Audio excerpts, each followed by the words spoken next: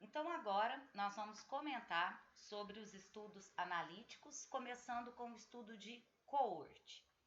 Primeiramente, qual que é a diferença de um estudo descritivo para um estudo analítico?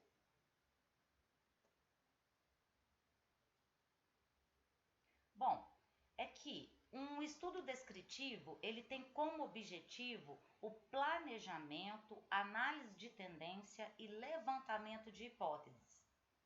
Ele não permite testar hipóteses, mas serve de base para a formulação de hipóteses. Por exemplo, vamos supor que foi conduzido um estudo na cidade de Alfenas para verificar a prevalência do câncer de estômago. Isso é um exemplo de um estudo descritivo.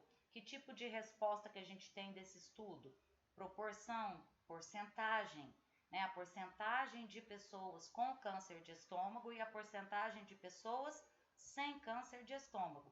Agora, se o pesquisador tiver o interesse, por exemplo, em saber se o consumo de vodka está relacionado ao câncer de estômago, um estudo descritivo não permite responder a essa suspeita, a essa hipótese. É somente um estudo analítico, tá? Então, os estudos analíticos são, né, o cohort, caso controle e ensaio clínico randomizado. Lembrando que tem autor que considera o estudo transversal, que é o estudo de prevalência, como sendo analítico, tá? Aqui, no caso, né, nós vamos começar com a ideia do estudo de cohort.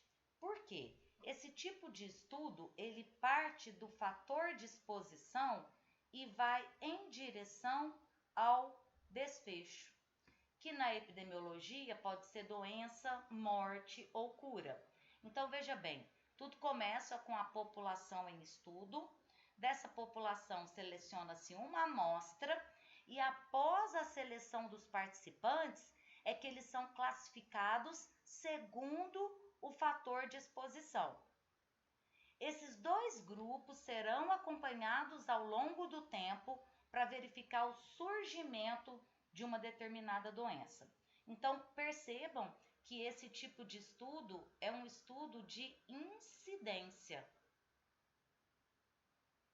A pergunta que se faz é: indivíduos livres da doença, mas se forem expostos a um determinado fator de risco, irão desenvolvê-la?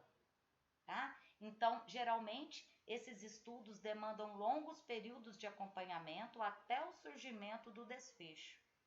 O primeiro estudo de coorte que foi conduzido foi em Framingham, o estudo de coorte de Framingham, que começou com os 5.000 moradores de Framingham, que foram acompanhados por 50 anos para verificar a relação entre fatores de riscos associados a doenças cardiovasculares.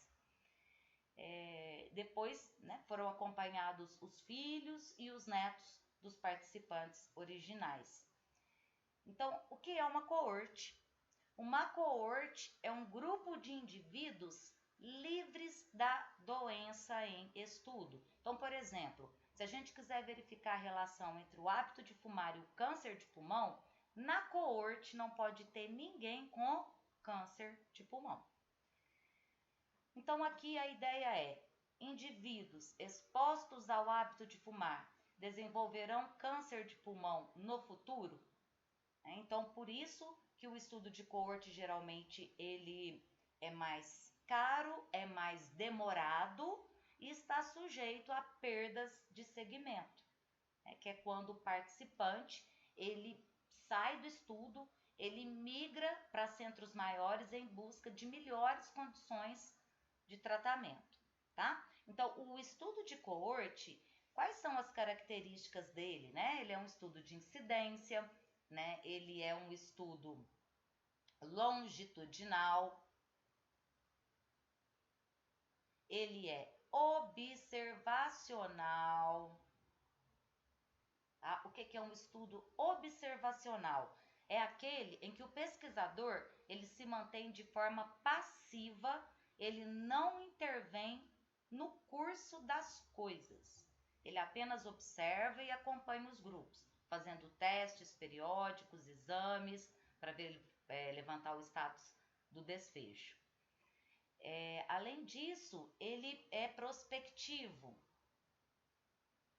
Porém, tem outros dois tipos de coorte, tá? Que nós vamos discutir, que são o misto e o retrospectivo.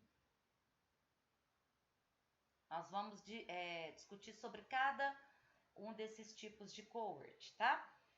O que mais? Então, ele é longitudinal, observacional, prospectivo na maioria das vezes. Bom, são as características principais desse estudo. O estudo de coorte, ele é adequado para fator de exposição raro, tá? Fatores de exposição com baixa frequência de ocorrência, como por exemplo, exposição à radiação, exposição a um determinado componente químico, tá? E bom, a análise dos dados, então, é feita através do risco relativo.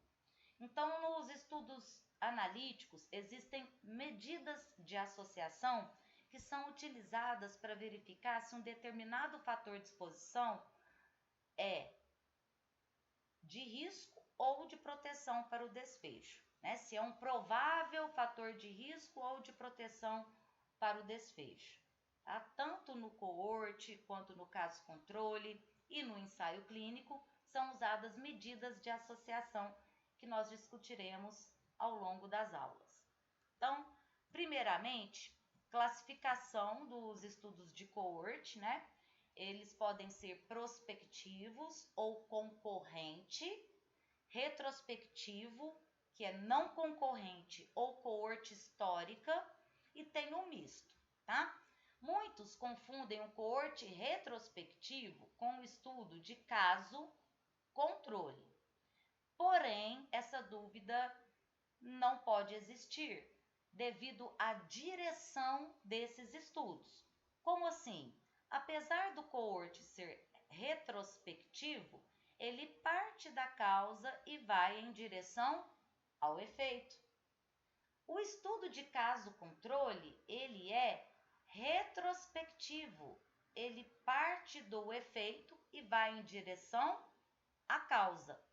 Então, por isso, a partir de exemplos, nós vamos conseguir sanar essa dúvida. Coorte prospectivo. Qual que é a ideia?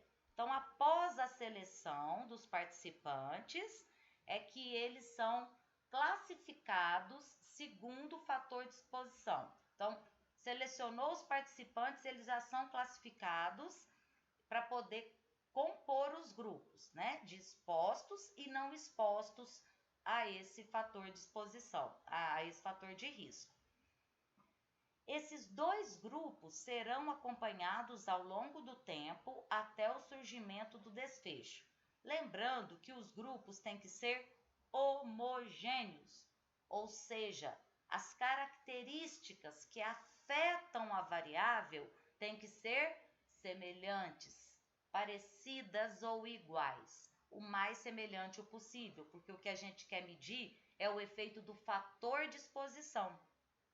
Senão, no final do estudo, a gente não consegue saber se as diferenças observadas são devidas ao fator de exposição ou se são devidas às diferenças entre as características dos indivíduos, tá?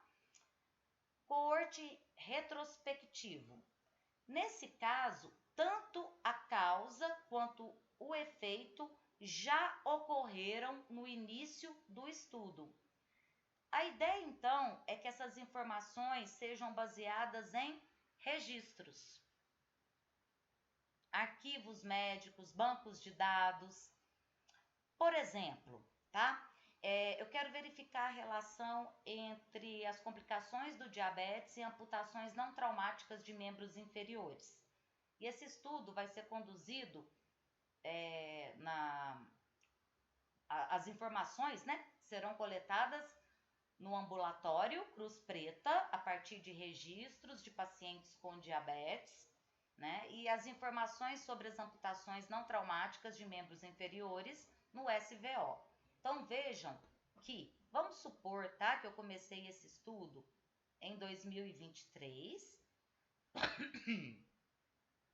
só que as informações coletadas foram, por exemplo, de 2019 até 2022. Então, aqui informações sobre o diabetes. Tem que ter anotado nas fichas, né, o acompanhamento, se houve ou não complicação. Tem que ter um certo acompanhamento a partir das anotações existentes nos registros.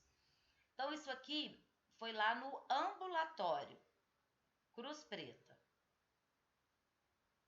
Aí, em 2022, foram obtidas as informações sobre as amputações não traumáticas de membros inferiores no SVO.